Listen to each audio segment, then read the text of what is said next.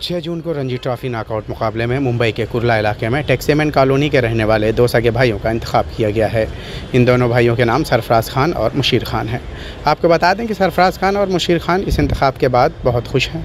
ETV Bharat से बात करते हुए सरफराज खान ने कहा है कि हमें मशक मुसलसल जारी रखनी चाहिए, मैदान हमें नहीं छोड़ना चाहिए। अगर हम मैदान में डट कर मुकाबला करते रहे तो कामयाबी हमारी कदम चूमेगी। रणजी ट्रॉफी में अभी मेरा सिलेक्शन हुआ है, मतलब मैं पिछले कुछ सालों से खेल रहा हूँ।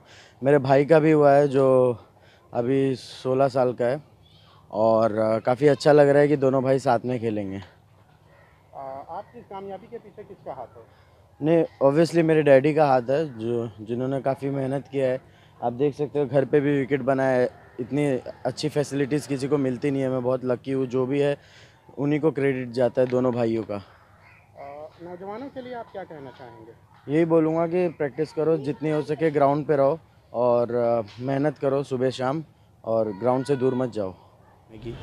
कुर्ला के टैक्सीमैन कॉलोनी में रहने वाले मुशीर खान, सरफराज खान दोनों भाइयों के कोच कोई और नहीं बल्कि उनके वालिद नौशाद खान है, जो एक वालिद होने के साथ साथ बेहतरीन कोच भी हैं। सरफराज खान कहते हैं कि वो जो भी हैं अपने वालिद की बदौलत हैं, जिन्होंने परवरिश के साथ साथ क्रिकेट के मैदान में भी नुमाया किरदार अदा किया।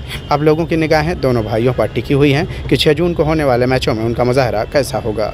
मुंबई से ईटीवी भारत के लिए शाहिद अंसारी।